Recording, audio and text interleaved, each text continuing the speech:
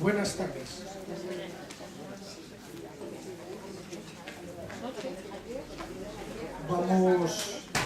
Vamos a ser puntuales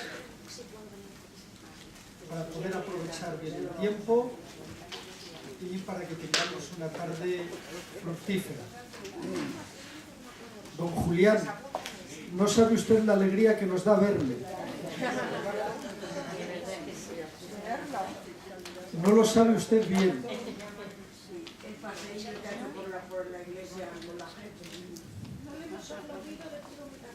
Pues eso se le aplaude, vamos a aplaudirle ahora.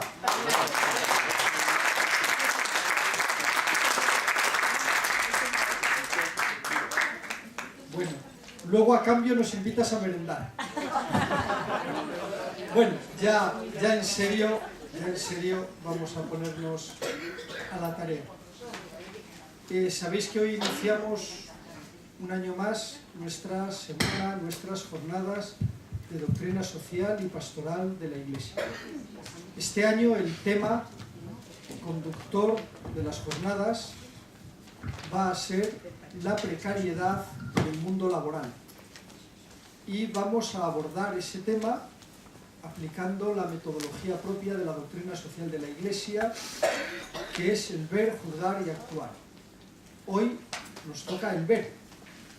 Lógicamente, antes de hacer un juicio o plantearte qué hacer, tienes que conocer cómo es la realidad, qué pasa en la realidad. Y para desarrollar precisamente este tema, que lo pone perfectamente, el retrato del mercado laboral en España, hemos invitado a José Luis Palacios. Para mí presentaros a José Luis Palacios es un placer, porque ante todo y sobre todo José Luis para mí es un buen amigo. Él es periodista de profesión, redactor jefe de Noticias Obreras, que sabéis que es la publicación de la OA, que es especializada en la pastoral obrera y del trabajo. Está casado, tiene 2 hijos, militante de la OA desde hace 25 años, más, Lucas, 20 años. Yo le quiero agradecer especialmente que él esté con nosotros, porque él ahora tiene a sus padres enfermos. Así que os pido que recéis por ellos, y yo sé que ha hecho un esfuerzo enorme para estar aquí, y yo también le quiero agradecer ese esfuerzo y el trabajo y la dedicación que ha volcado en esta ponencia.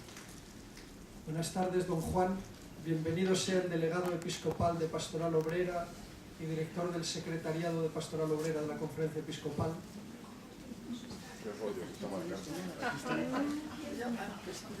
Bueno, como nos están grabando, a partir de mañana nos pondrán ver en directo a través del canal de YouTube, por eso de las tecnologías modernas. Así que mañana aquí todo el mundo con chaqueta y corbata y de tiros largos, que salimos en la tele. No, pero la gente que se... Y bueno, ya volviendo a lo serio, el reparto de tiempo va a ser pues muy sencillo. José Luis tiene para exponernos el tema unos 40 minutos, y luego también tendremos un ratito para hacer preguntas y para poder profundizar en el tema. Así que yo sin más os dejo. Muchísimas gracias, José Luis.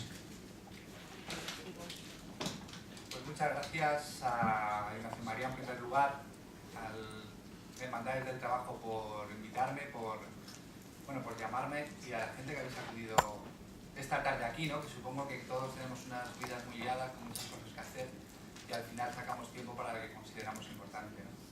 Esperemos que esta tarde sea provechosa también para vosotros. Para mí lo ha sido mientras lo preparaba, mientras buscaba, pues eso, cómo hablar del mercado laboral que tenemos en nuestro país, ¿no?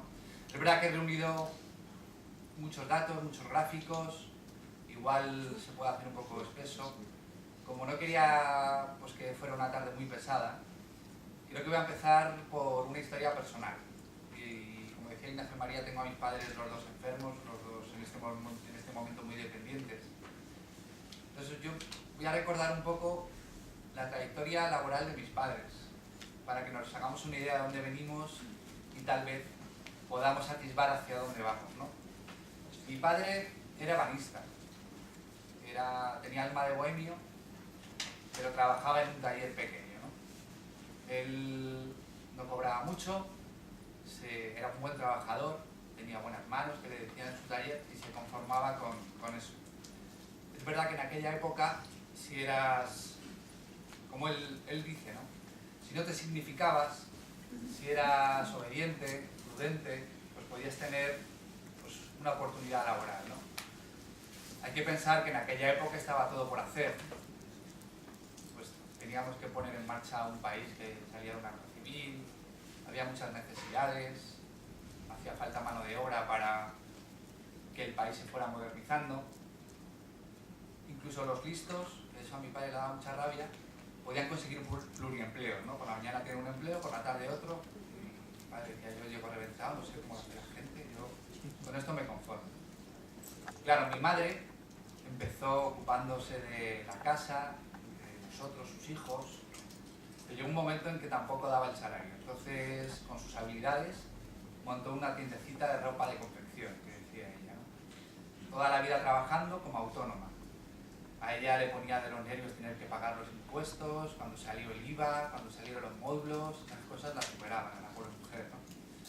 Pero bueno, aún así se iba defendiendo, iba haciendo arreglos, iba haciendo ropa a medida, llegó a tener pues otras modistas a las que daba trabajo, todo en negro. Bueno, y nos fue criando poco a poco con todo eso. Mi madre dice, es que antes había menos necesidades, lo teníamos más fácil. Bueno, supongo que todas las generaciones nos enfrentamos a la sociedad de nuestro tiempo con las armas que tenemos, y si nos sale bien decimos que era más fácil, si nos sale mal, pues diremos es que es muy difícil, es más difícil ahora. Siempre el ser humano cuenta la feria según le va, ¿no? Eso es así. Yo ahora tengo un hijo de 8 años y una hija de 13 años. Va a cumplir 14, pero de momento estamos en los 13. Bueno, pues vamos a ver en qué mercado laboral tendrán que desarrollar sus hijos su profesión, ¿no? Yo empecé a trabajar cuando empezaron las primeras leyes de flexibilización, de regulación, empezaron los contratos temporales. En aquella época se hablaba de los trabajos basura. Fui becario, fui temporal, fui freelance, he estado en paro. Bueno, pues ahora es verdad que he llegado a una estabilidad laboral, estoy muy satisfecho con mi trabajo, no solo en lo económico, sino que además veo que tiene un sentido y a mí me agrada trabajar en esto, ¿no? Yo no sé si soy un privilegiado, yo creo que sí. Comparando con gente de mi generación, pues la cosa está complicada. Ahora los periodistas tienen que trabajar por pieza, tienen que escribir, grabar, montar vídeos, es complicadete también, ¿no? Muchos de mis compañeros de facultad pues han montado empresas, gabinetes de comunicación, empresas de publicidad, medio información, hacen lo que pueden, van trampeando. Bueno, nosotros como generación, mi generación, que el otro día vi que era la generación X, yo pensaba que era el baby boom, pero no, soy ya, por 2 añitos soy la generación X, la que empezó a conocer un poco la transformación de los ordenadores y este tipo de cosas. Bueno, pues mi generación ha ido adaptando sus expectativas a la realidad y se ha buscado un hueco, ha hecho lo que ha podido, se ha ido conformando. Hemos olvidado a lo mejor esos ideales que sí que tenían nuestros mayores, nuestros hermanos mayores, que habían hecho la transición. Nosotros nos hemos adaptado como hemos podido y nos hemos buscado la vida. ¿Cuál será el futuro de mis hijos? Pues no lo sé. Vamos a ver. Antes de hablar de España, vamos a hablar del mundo, que formamos parte de él, que no somos inmunes a las corrientes y tendencias que pasan en todo el mundo, ¿no? Mirad, en esa gráfica, la primera línea es la fuerza laboral, la población en edad de trabajar de todo el mundo, que ha ido ascendiendo y ahora ha llegado a los 3.300 millones de personas. En todo el mundo hay un 5,5% de desempleo, que es la línea amarilla de abajo, que más o menos ha sido plana, constante. Aunque la población se ha ido incrementando, el porcentaje más o menos siempre ha sido igual. Eso significa que cada vez hay más personas en paro, porque también hay más población en el mundo. En este momento hay 172 millones de personas en el mundo desempleadas, paradas. hay 3.300 millones de trabajadores, personas trabajadoras. Bien, pues 2.000 millones de personas tienen empleos considerados por la Organización Internacional del Trabajo como vulnerables, que no tienen estabilidad, no tienen protección social, no tienen todos los derechos de negociación colectiva, de reconocimiento, de poder participar en sus empresas, vulnerables. De esos hay 1.100 millones que son trabajadores autónomos. Claro, un trabajador autónomo en España no es igual que un trabajador autónomo en África. Pero bueno, tienen trabajo. La OIT dice que tienen trabajo. De esos 360 millones de personas son trabajadores que trabajan para algún familiar. En la agricultura, en la tienda de su padre, de su tío, de su madre, como puede. Y en este mundo nuestro hay 700 millones de personas que trabajan y siguen siendo pobres. Apenas llegan al mínimo, unos días sí, otros días no. No hacen 3 comidas al día, tienen que trampear también, ¿no? Bueno, el paro juvenil en todo el mundo es más alto que el de los adultos. En todo el mundo es el 13%. Triplica la tasa de paro de los adultos. Pero a mí el último dato es el que más me llama la atención. Y es que el 60% de los trabajadores trabaja en la economía informal. Para hacernos una idea, es algo parecido a la economía sumergida que tenemos en los países en desarrollo, pero no es nuestra economía sumergida. Es trabajo en países donde no existe seguridad social. Entonces, bueno, pues no hay otro trabajo, prácticamente. O no tienen los mismos derechos que tiene el mundo próspero, digamos. Pues porque no tienen representación sindical, no tienen derechos laborales, no pueden negociar convenios, no tienen contratos estables, el despido puede ser libre. Bueno, el 60% de la población trabajadora en el mundo trabaja en la economía informal. Eso es lo que está pasando en el mundo. ¿Cuáles son las tendencias generales que existen en el mundo? Hay muchas, ¿no? En lo que respecta al mundo del trabajo. Yo he señalado 3. Primero es que la fuerza del trabajo, pese a lo que se puede decir de que cada vez vamos a trabajar menos, la fuerza de trabajo se ha ido duplicando. Desde los años 80 hasta el año 2000, por ejemplo, ¿no? Por poner ahí un corte. Luego hemos visto la gráfica anterior que ha seguido subiendo. Cada vez hay más gente trabajadora, cada vez hay más población, cada vez hay más gente trabajando, cada vez hay más necesidades de producción, otro tipo de... La gente tiene que ganarse la vida, crea sus propios empleos, bueno, cada vez hay más gente trabajando. Es verdad que con la incorporación de China a la URSS, pues hemos dado un salto grandísimo en lo que es en todo el mundo. En todo el mundo, además, lo que más crece es el sector de los servicios. El empleo industrial, sobre todo el empleo después de la Segunda Guerra Mundial, lo que se llamaba la edad dorada del capitalismo, pues ese es el que está desapareciendo. El empleo en la fábrica, ese está desapareciendo. Y está aumentando el empleo de los servicios. Desde la informática hasta la restauración, la gastronomía, los servicios de atención a personas. Está cayendo en los países industrializados y en los países en desarrollo, que la teoría económica siempre ha dicho, pues para desarrollarse necesitáis industrias, está creciendo muy poquito. Allí donde puede crecer, la industria está creciendo poco.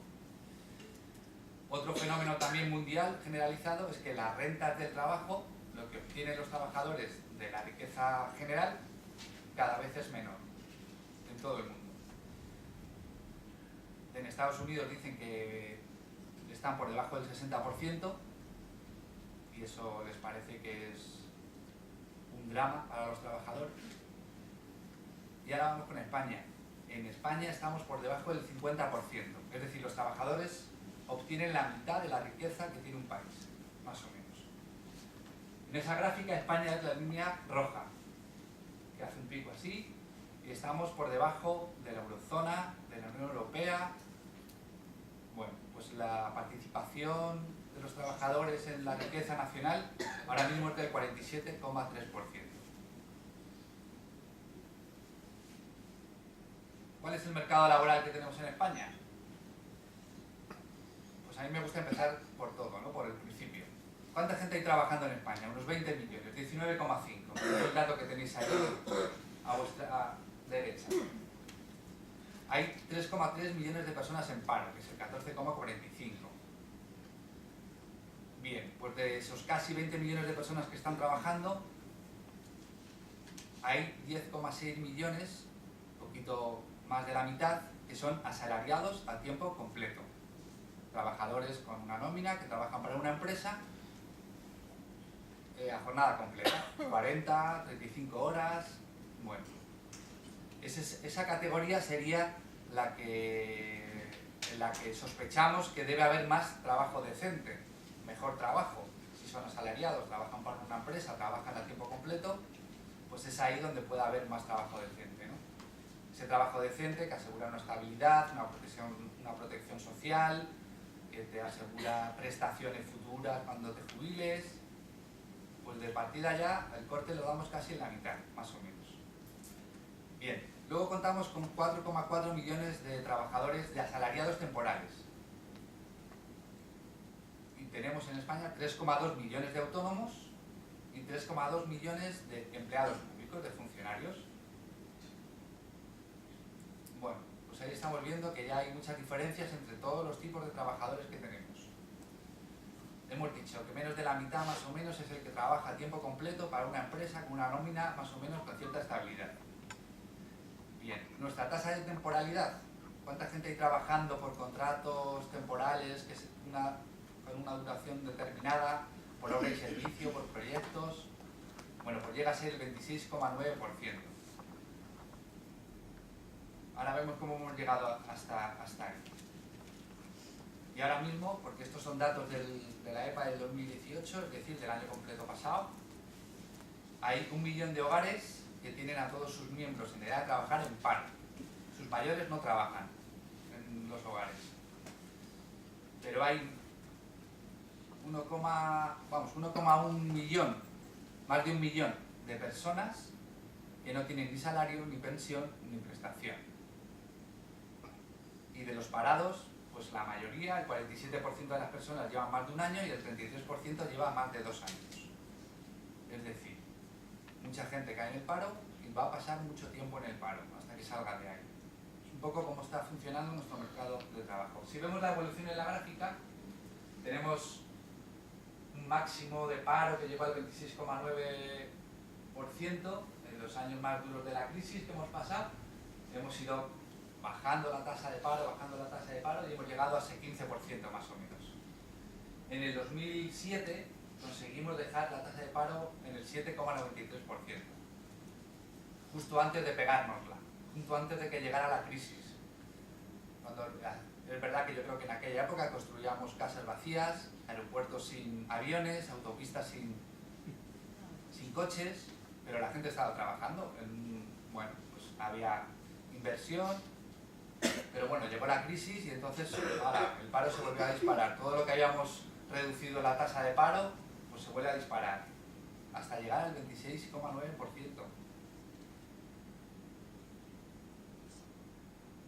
Bueno, no me voy a enrollar más.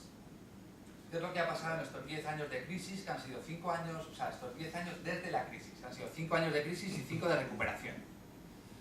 Bueno, pues lo que hemos visto es que la creación de empleo sobre todo se concentra en los sectores más estacionales, los servicios, turismo, hostelería sobre todo, y construcción, con una débil aportación de la industria, esa industria que decía que generaba el empleo de calidad.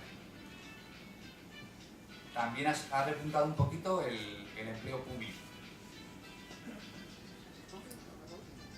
Bueno, en estos últimos 5 años de recuperación económica se han creado 4,4 millones de trabajos asalariados temporales. El trabajo a jornada parcial, es decir, la gente que no llega a trabajar a jornada completa, menos de 40, 35, lo que esté establecido en su convenio, pues ha aumentado bastante hasta llegar al 16%.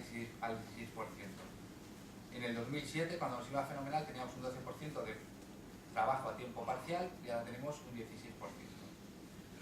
Hace poco también la OIT nos decía que España, entre nuestros países del entorno, es el país con mayor proporción de contratos de duración de 6 meses.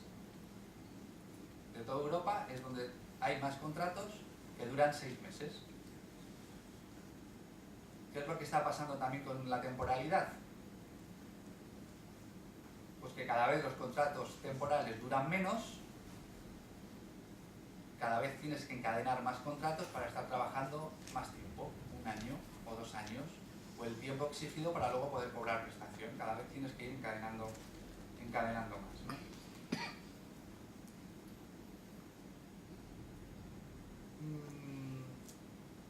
Vamos a ver, el tiempo de trabajo, ¿cuánto tiempo trabajamos? La jornada laboral media se ha ido reduciendo en todo este tiempo. Trabajamos ahora de media menos de 40 horas a la semana. Hemos dicho que está creciendo el tiempo parcial, los contratos temporales, se pueden hacer por horas, por días, por semanas. El 61%, la mayoría de los trabajadores, una gran mayoría, trabaja 5 días a la semana. Pero tenemos un 5% de trabajadores que lo hacen todos los días de la semana, 7 días de la semana. ¿Cuánta gente tiene flexibilidad horaria para elegir el horario de entrada, el que más le convenga para conciliar su vida familiar? Pues poquitos.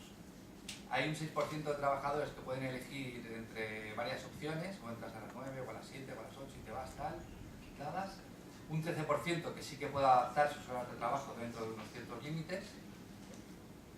Y un 15% que es libre para determinar su horario. Bien. Bueno, no voy a seguir mareándoos con datos, pero cada vez se trabaja más los sábados, los domingos, las fiestas. Cada vez hay más trabajo a turnos. En 2015, que es cuando se hizo una encuesta, se le preguntó a los trabajadores por sus condiciones de trabajo. Una cuarta parte de la población trabajadora decía que tenía problemas para conciliar su vida laboral y su vida familiar. Es curioso, pero los hombres eran los que decían que tenían más dificultades, y las mujeres lo tenían más fácil. Porque sobre todo las mujeres tienen empleos a jornada parcial que duran menos, también son más responsables de la vida familiar, se lo toman más a pecho, se van a su hora, porque son las encargadas, no sé si lo han elegido libremente o no, porque también es verdad que hay una cultura del presentismo de los trabajadores, de estar en tu trabajo, que te vean irte después de que el jefe se haya ido.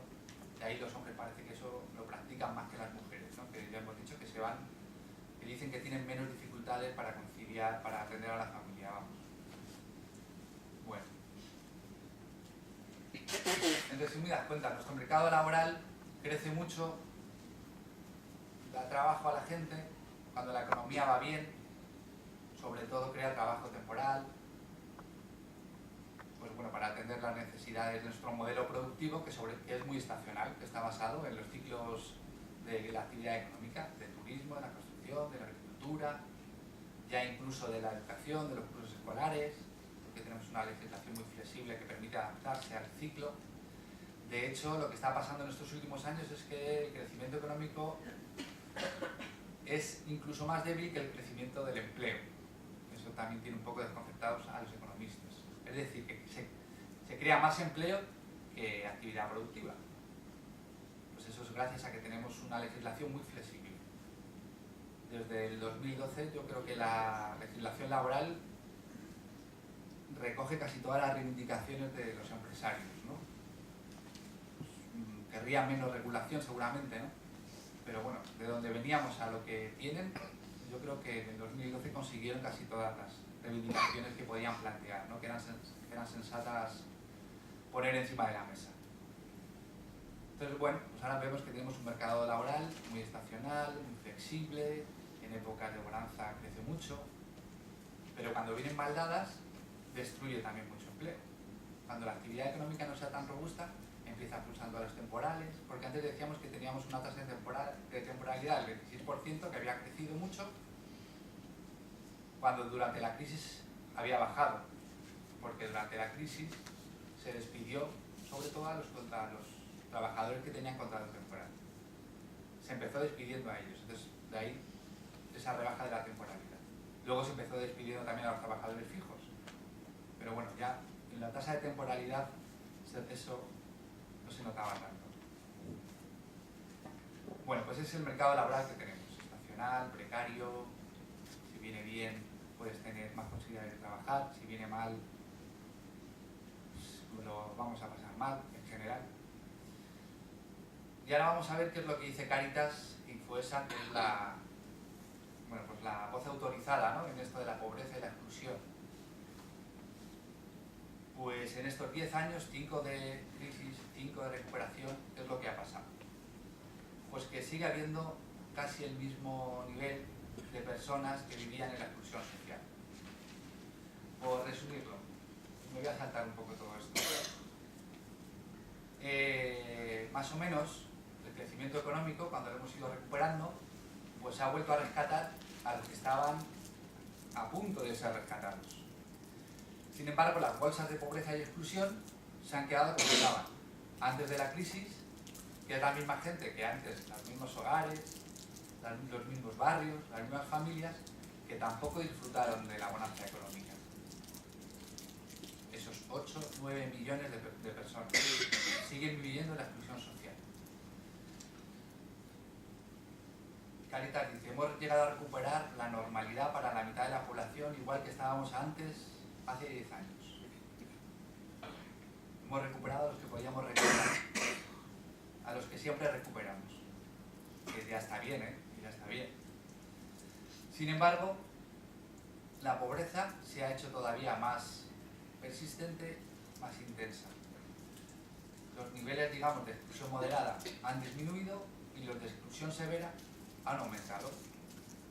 De modo que ahora tenemos 4 millones más o menos, la mitad de personas pobres en situación moderada y la otra mitad, mucho más que en el 2007, en pobreza severa. Y hay un dato también muy curioso, y es que el fenómeno de los trabajadores pobres, personas que trabajan, también está aumentando. Hasta el 18,7%. Gente que tiene un salario, que tiene un empleo, que se levanta por las mañanas a trabajar y aún así no consigue superar el umbral medio de la pobreza.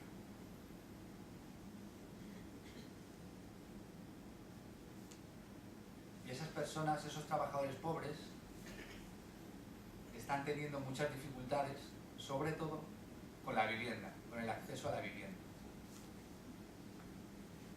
Que parece que es un derecho, lo primero que alguien se plantea es un techo para tener una familia. Voy a trabajar para poder sacar adelante a mi familia, para eso necesito un hogar. Pues ese porcentaje de trabajadores pobres que no llegan a resolver los problemas de vivienda va creciendo, por ejemplo, ¿no? Bueno, es verdad que hemos vuelto ya a los mismos niveles de normalidad que teníamos para la mayoría de la población. Sin embargo, la exclusión severa ha aumentado un 40% en los últimos 10 años. ¿Qué es la precariedad para esta población? Sobre todo son bajos salarios, temporalidad y jornadas parciales. De modo que Cáritas Foesa afirma que el empleo no asegura ya la integración social. Bueno, esos son los datos. Y yo creo que ya hay suficientes, ¿no?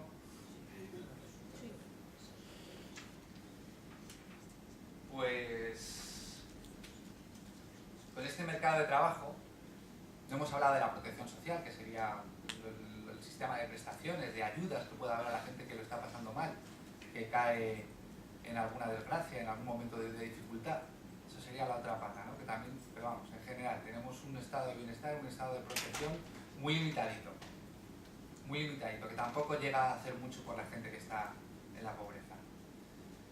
Bueno, pues esa débil protección social y este mercado laboral que tenemos está haciendo que nuestro modelo de sociedad, según Cáritas, sea el de una sociedad desligada.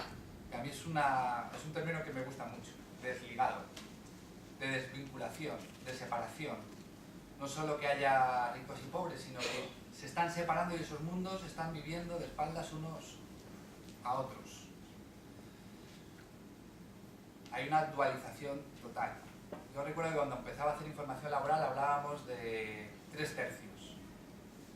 La sociedad de los 3 tercios. Pues eso, clase alta, clase media, clase baja. Resumiendo mucho. Pues vamos a la sociedad polarizada entre los que están integrados y los que no están tan integrados. Y eso es la dualización social.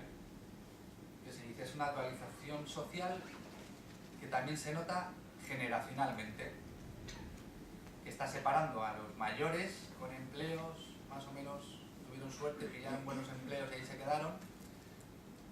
Los separa de los jóvenes que tienen que acceder a empleos que ya no son como los de sus mayores, son peores. Por salarios, por condiciones de trabajo, por horarios, por exigencias.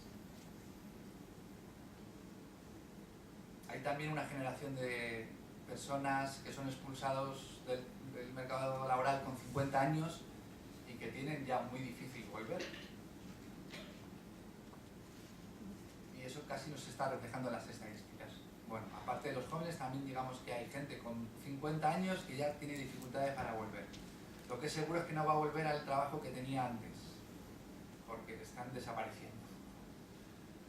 Bueno, con todo esto lo que ha ocurrido es que el efecto ascensor que se decía, ¿no?, en los años dorados del capitalismo y del estado del bienestar, ha desaparecido. Aquello de que una persona trabajando podía prosperar, llegar a la clase media alta, clase alta, y si era muy brillante, pues llevárselo todo, pues eso ya cada vez es una rareza. Y lo que está ocurriendo es el efecto tobogán. Y es que las clases medias se están deslizando hacia las clases bajas. En cuanto hay algún inconveniente, algún mal paso en esta vida, pues tienen muchas posibilidades de acabar bueno, pues en esa franja de dificultad para integrarse, ¿no?, para ir con el gancho a la normalidad, digamos. Hay un sociólogo, Manuel Zubero, dice que nos estamos encaminando al futuro Cancún, al modelo de relaciones laborales Cancún o Benidorm. Y es de trabajadores que se van a dedicar a satisfacer los ritmos de vida de los que tienen mucho dinero. Pues esos camareros de las zonas turísticas, los cocineros, masajes, médicos, pues bueno, pues lo hablan de ese tipo de cosas. Con la economía digital, las plataformas digitales, también se empieza a hablar de otro término que es neofeudalismo digital. Volver al feudalismo, donde habrá siervos que trabajarán para los ingenieros y estrellas de la informática, de las empresas más innovadoras, que acapararán un poco todo eso, ¿no? Eso, ya en 1996 se hablaba en Estados Unidos de la economía del apartheid, que sería un poco esa economía del descarte. Esa economía que no necesita ya a los pobres para funcionar, no necesita ni siquiera a los pobres para consumir y para trabajar, porque estamos entrando además en una época de innovación tecnológica, automatización, robotización. Bueno,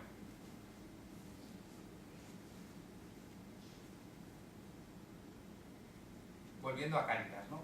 Esto os lo voy a leer tal cual. Lo que está ocurriendo con nuestro modelo social es que se están debilitando los vínculos sociales.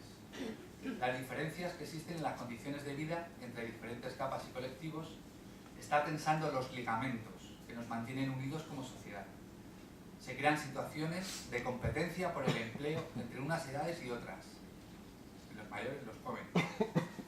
Competencia por la protección social que reciben los que están jubilados frente a los que están desempleados, o los que están criando a los hijos frente a los que están todavía estudiando.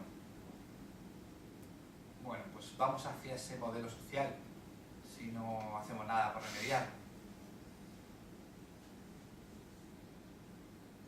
No sé cómo vamos de hora, por enrollarme más o menos. Bien, entonces vamos muy bien. historia personal, porque también os estoy aburriendo mucho con los sociólogos. Bueno, pues mi hijo pequeño, que recordáis, tenía 8 años, sigue teniéndolos, no los ha cumplido en este tiempo.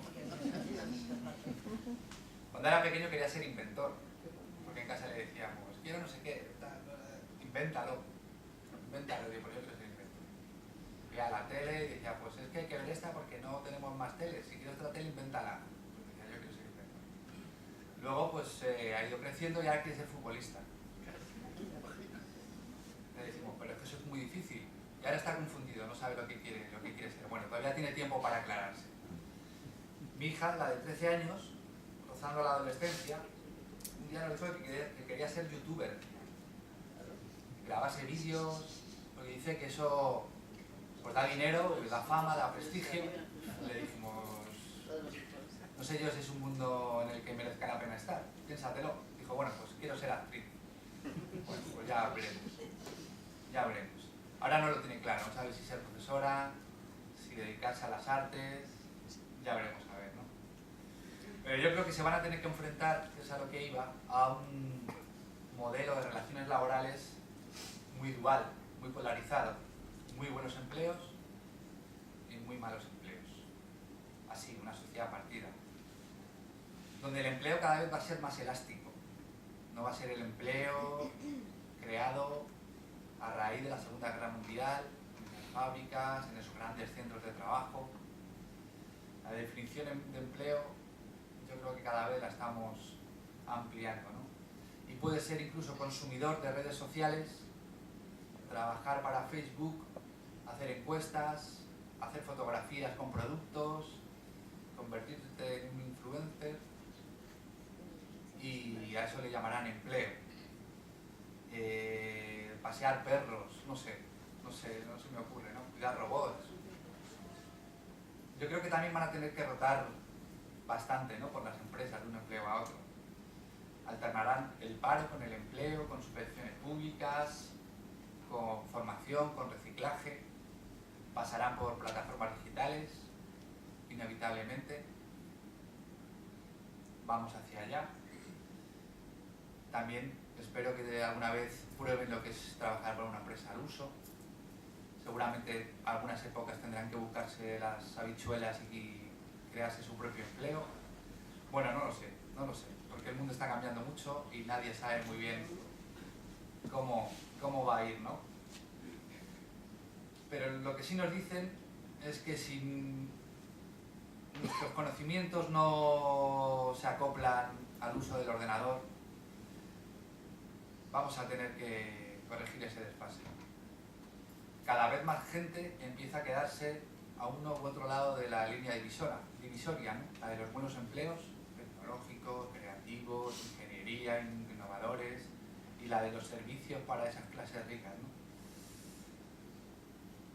Y bueno, pues había un señor que decía que se acabó la clase media. Yo de pequeño leía las novelas de Isaac Asimov, un científico, divulgador, que hablaba de robots. Él decía que para esto, en el año en el que estamos, ya los coches irían volando, las aceras se moverían, ese tipo de cosas, ¿no? Decía que para el 2014, que es la fecha de la película de Blade Runner, donde aparecen los robots, los replicantes conviviendo con los seres humanos. Él decía, para ese año yo creo que no habrá muchos robots todavía, ¿no? Y bueno, pues robots que compitan con personas todavía no hay muchos. Sí que hay muchas tareas robotizadas, sí que hay muchas fábricas donde la producción está automatizada muchísimo. Eso ha desplazado mucho empleo del sector industrial al sector servicios, ¿no? Eso lo dicen también las estadísticas. Pero todavía no estamos en esa fase, ¿no? Este hombre de ciencia ficción, que escribía novelas de ciencia ficción, decía que la humanidad en el futuro se iba a convertir en cuidadores de máquinas. Íbamos a estar trabajando para las máquinas, cuidándolas y demás. Bueno, yo no sé si llegaremos a tanto, ¿no?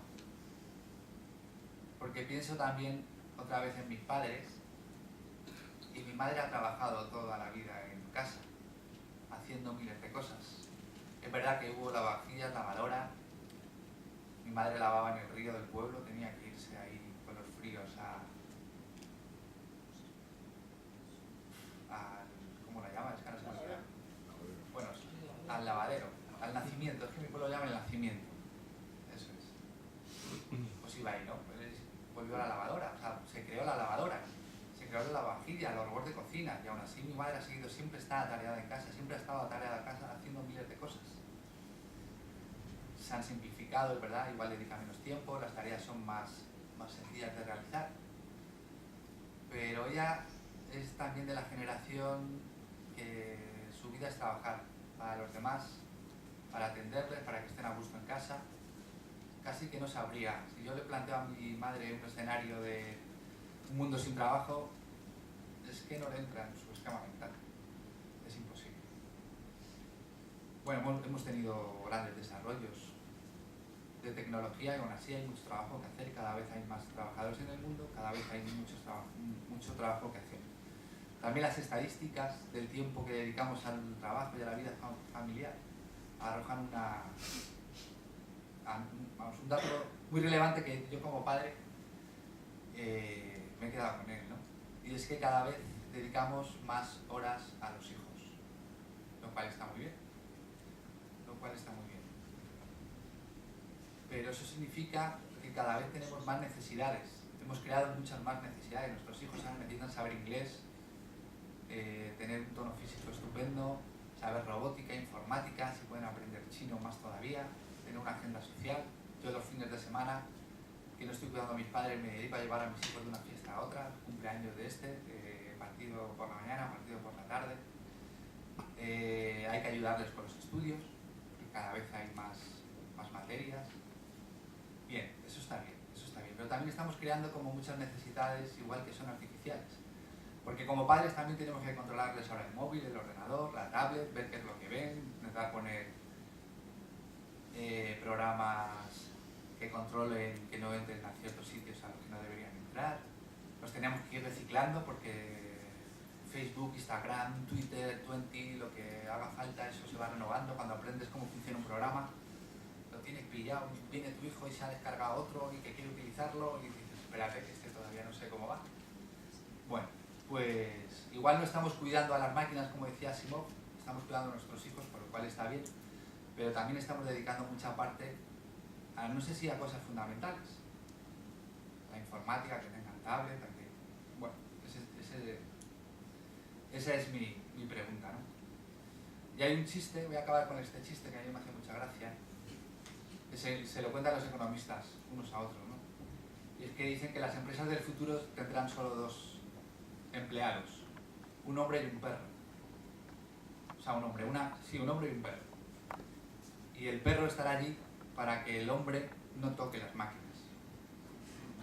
Bueno, no sé si llegaremos a tanto o no, pero la pregunta es, si hemos estado construyendo una civilización, una humanidad, un crecimiento económico, un progreso basado en el trabajo, si resulta que el trabajo ya no es para toda la vida, ya no da identidad, ya no asegura tampoco los ingresos, ya no asegura la riqueza, tampoco de un país.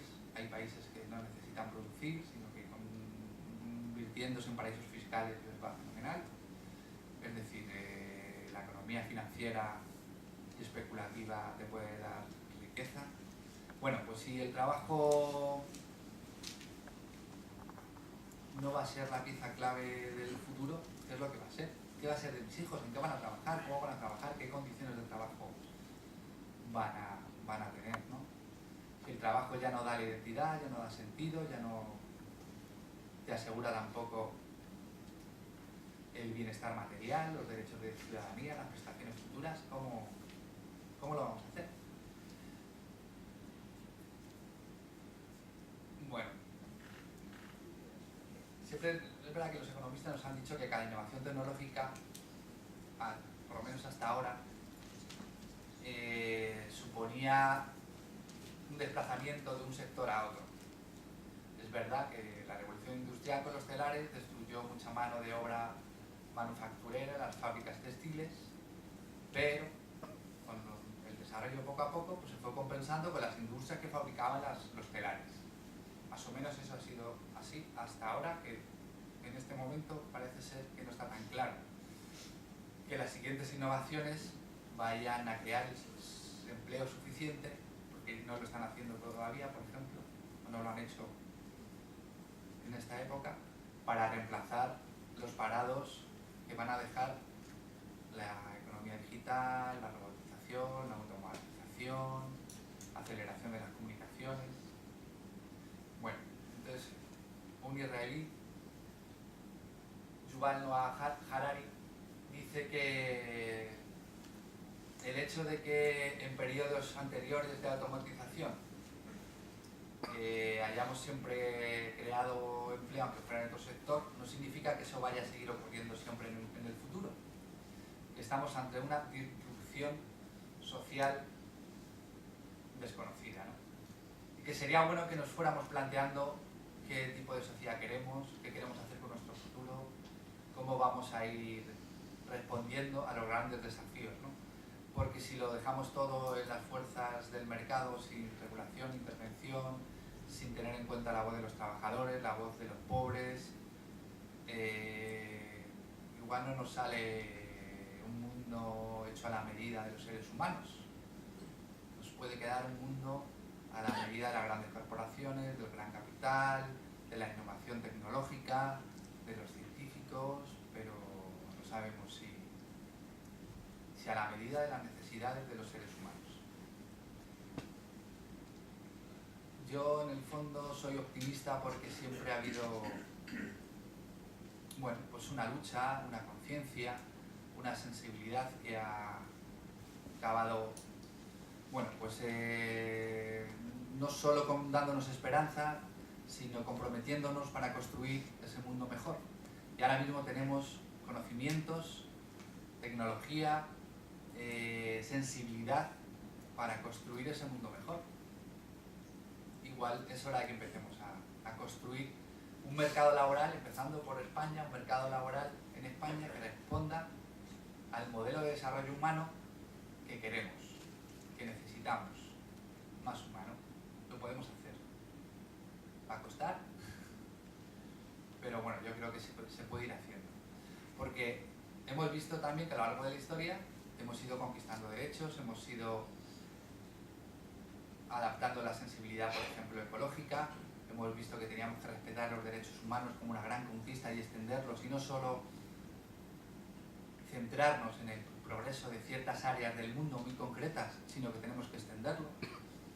Pues lo hemos hecho bien, hemos sabido cómo hacerlo, ahora estamos en una encrucijada, los tiempos económicos nos están diciendo esto se puede gripar, en cualquier momento hace falta cambiarlo.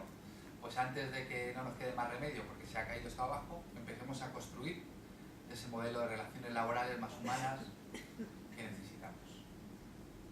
Y hasta aquí